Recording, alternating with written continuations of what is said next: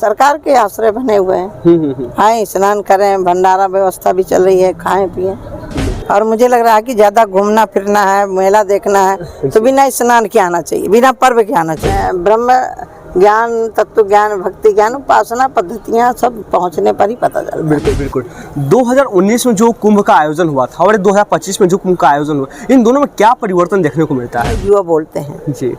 इस कुंभ में युवा बहुत आ रहा है। जब देवासुर संग्राम हुआ जी। दैत्य और देवताओं में, कुंभ लगता है, हमेशा लगता रहा है हमारे।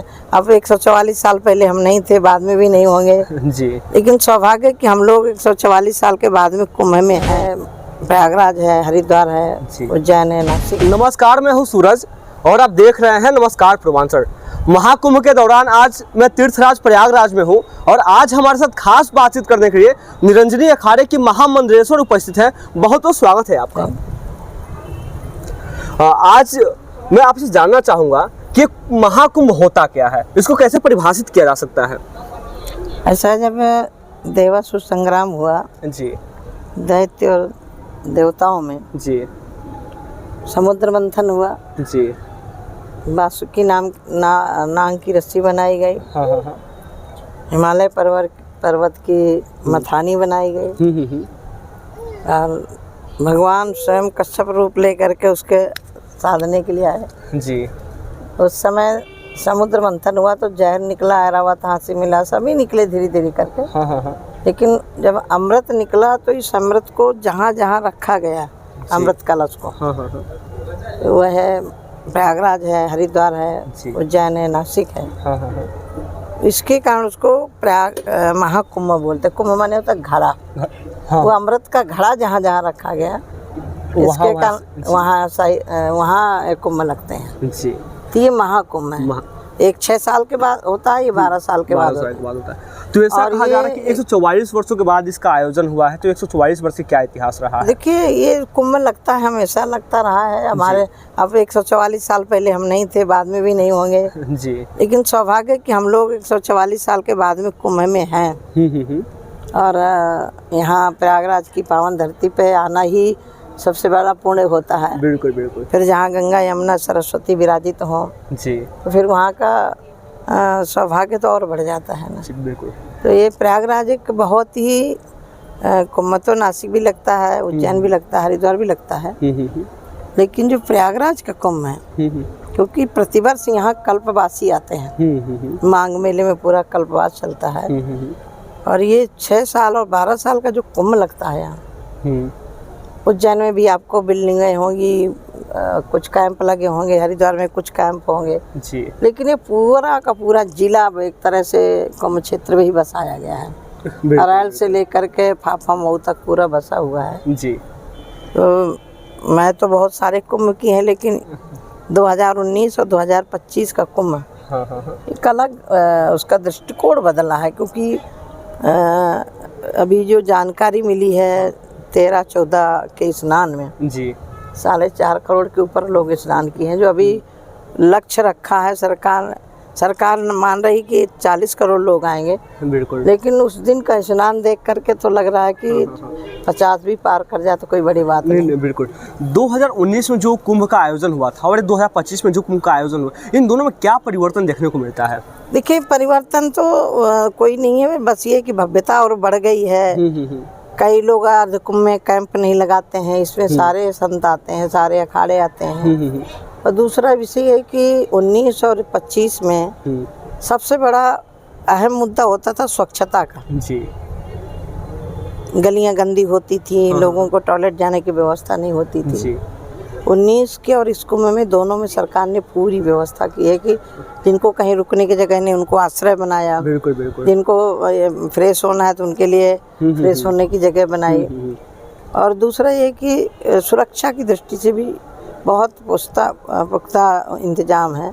बिल्कुल। और दूसरा मैं ये कह सकती हूँ कि यूथ, जिसको हम युवा बोलते हैं जी, इस कुंभ में युवा बहुत आ रहा है। बिल्कुल। और बड़ी मात्रा में उस दिन जब हम रथ में बैठे थे, हम देख रहे थे कि पूरा युवा दिखाई पड़ रहा था जी।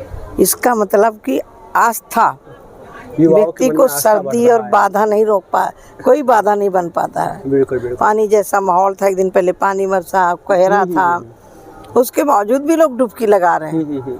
तो ये आस्था ही है। बिल्कुल। जहाँ श्रद्धा और आस्था होती है, कोई भी बाधा आए वो बाधा नहीं लगती है। बिल्कुल। एक प्रश्न और मैं पूछना चाहूँगा कि अभी जब हम लोग कुंभ घूम रहे थे तो जगह जगह कई अखाड़े के कैंप लगे हुए हैं। ये अखाड़े क्या होते हैं और इस महाकुंभ में इन अखाड़ों की क्या भूमिका होती है? देखिए, हमारे यहाँ संत परंपरा है। आदि आचार्य शंकराचार्य हुए हैं, निम्बार्काचार्य हुए हैं, रामानुजाचार्य हुए हैं, वल्लभाचार्य हुए हैं। ऐसे 4 आचार्य हुए हैं जी। चारों आचार्यों की परंपरा के संत हैं जी। शैव परंपरा के, वैष्णव परंपरा के, नाथ संप्रदाय के, अलग अलग संप्रदायों के संत हैं। ये जो 13 अखाड़े हैं, 13 अखाड़ों के अपने अपने महंत होते हैं, अपने अपने आचार्य होते हैं। जैसे हमारे निरंजनी अखाड़े के कैलासानंद जी हैं जी। आनंद अखाड़ा के बालकानंद जी हैं। बिल्कुल। जूना अखाड़ा के हमारे अवधेशानंद जी महाराज जी हैं। ऐसे सारे अखाड़ों के आचार्य होते हैं और आचार्य का भी पट्टाभिषेक होता है। उसी में से महामंडलेश्वर बनाए जाते हैं। एक तरह की उपाधि है संत की। जी।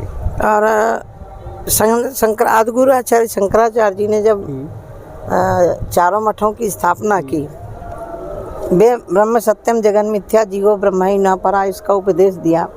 वहीं चारों मठों की स्थापना भी किया कि पूरे देश के लोगों की संस्कृति एक दूसरे को जानने का अवसर मिले। बिल्कुल बिल्कुल। पश्चिम का व्यक्ति पूरब जाएगा तो पूरब की संस्कृति को जानेगा, पूरब वाला पश्चिम आएगा तो पूरब की संस्कृति को समझेगा, वहाँ के वेशभूषा, खान पान।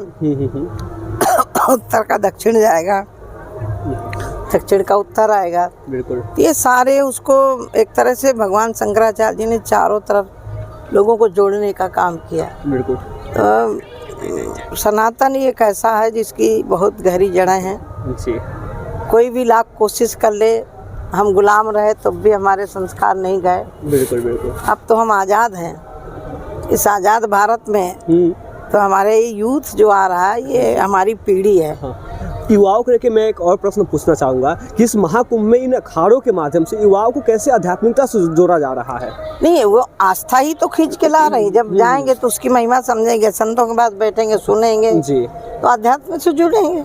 पहले भक्ति का रास्ता तो पकड़े। अब यहाँ आएगा ही नहीं, ठंड लगी है, आग के पास बैठोगे नहीं तो ठंडी कैसे दूर होगी? बिल्कुल बिल्कुल। तो आग का काम है ठंड दूर करना। आग का काम है आपके शरीर में गर्मी ले आना। ऐसे ही ब्रह्म ज्ञान, तत्व ज्ञान, भक्ति ज्ञान, उपासना पद्धतियाँ सब पहुँचने पर ही पता चलता है। बिल्कुल। एक और प्रश्न मैं पूछना चाहूँगा, क्योंकि बहुत सारे लोग जो इस महाकुंभ को लेकर बहुत इच्छुक है कि उस महाकुंभ में आए, उनको क्या संदेश देना चाहेंगे आप? मेरा यही है कि आना चाहिए, क्योंकि ये पूरे 40 दिन का कुंभ है जी। और इस कुंभ में कोई जरूरी नहीं कि हम स्नान के दिन ही आए। आगे पीछे जब भी आएंगे, ये पर्व का दिन चल रहा है, इस पर्व में कभी भी आइए और कभी भी स्नान करिए। बिल्कुल। सरकार की तरफ से किस प्रकार की व्यवस्थाएं की गई है सामान्य लोगों के लिए? आप देख ही रहे होंगे कि पहले देखा होगा, अब देखा होगा जी। कुंभ के क्षेत्र में कहीं भी स्नान करो, बड़े बड़े घाट बने हैं, सब कुछ सुंदर व्यवस्था है जी। तो सरकार की तरफ से पूरी व्यवस्था की गई है। बिल्कुल।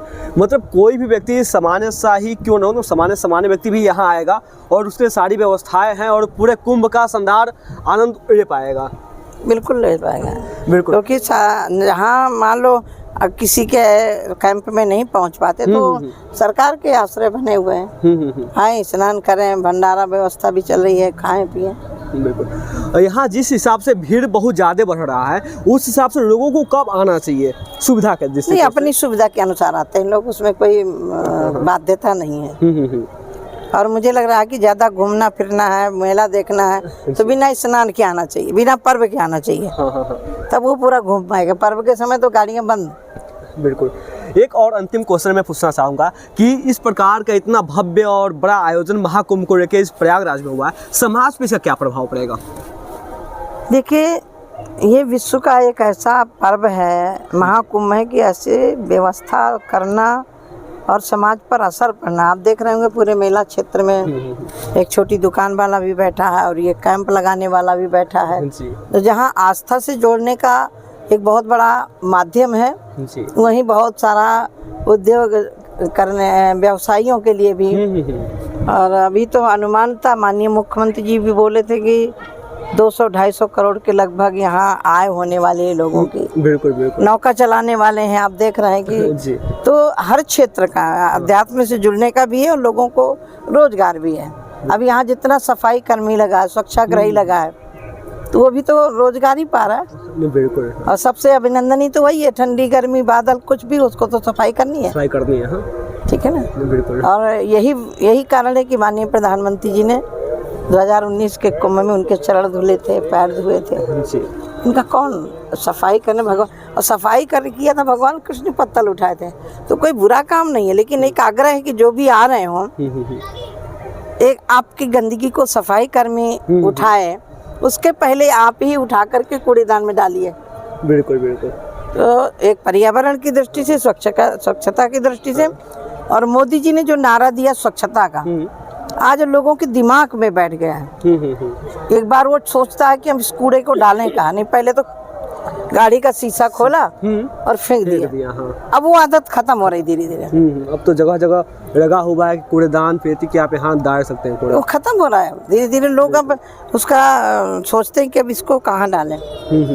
डालने की जगह नहीं मिलती तो घर में जो कूड़ादान है वहाँ लेके डालता है। बिल्कुल बिल्कुल। एक और सरकार को लेकर मैं प्रश्नों को पूछना चाहूँगा, क्योंकि आप भी भारतीय जनता पार्टी में सम्मिलित हैं और भाजपा का सरकार भी है। इसके पूर्व जब सपा का सरकार उत्तर प्रदेश में था और उस दौरान भी कई सारे कुंभ के आयोजन इस प्रयागराज में हुए हैं, तो उस कुंभ की तुलना अगर आप इस महाकुंभ से करती हैं तो कितना अंतर आपको महसूस होता है? मैं तो बहुत सारे कुंभ किए हैं, कांग्रेस के समय के और सपा के समय के, बसपा के समय के, बहुत सारे कुंभ। 6 साल में तो कुंभ पड़ता ही है जी।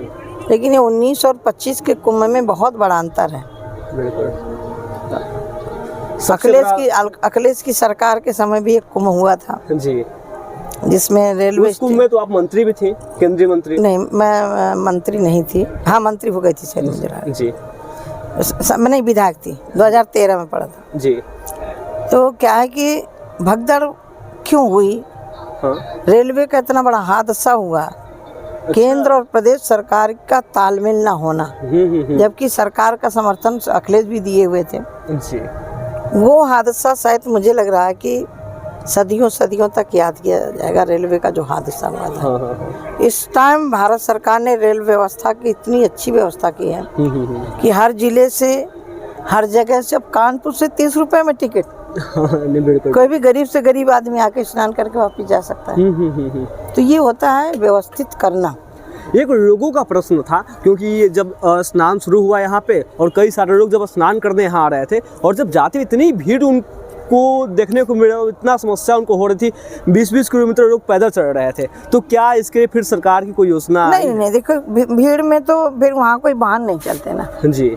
तो भीड़ में तो आनंद ही इसका है। अब 30 किलोमीटर में मेला फैला है, कोई घूमने निकलेगा तो आराम से घूम के जाएगा। बिल्कुल बिल्कुल। हाँ, अपने व्यवस्थित को, भीड़ को तो कंट्रोल करने के लिए डाइवर्जन करना ही पड़ता है। डाइवर्जन नहीं करेंगे तो फिर कैसे ठीक होगा? आप प्रयागराज की स्थिति देख लीजिए, 2019 के पहले कैसी थी। आज प्रयागराज का जो विकास हुआ है उसका माध्यम एक कुंभ भी है।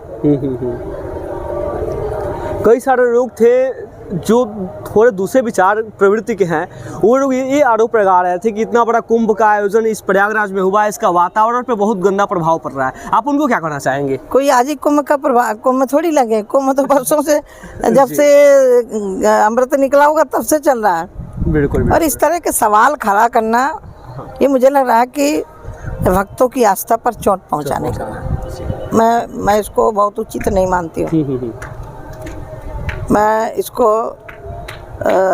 खंडन भी करती हूँ, ऐसे लोगों को हिदायत भी देती हूँ कि किसी भी व्यक्ति की आस्था पर चोट पहुँचाने का अधिकार किसी को नहीं है। बिल्कुल। बहुत बहुत धन्यवाद अपना महत्वपूर्ण समय देने के लिए। आज हमारे साथ खास बातचीत करने के लिए निरंजनी अखाड़े की महामंडलेश्वर उपस्थित थे, जिनसे मैंने महाकुंभ को लेकर कई सारे प्रश्नों में बातचीत किया। आपने पूरे इंटरव्यू को देखा, आपके लिए इस इंटरव्यू में क्या सबसे महत्वपूर्ण रहा, कृपया कमेंट करके अवश्य बताएं। आपका भी बहुत बहुत धन्यवाद।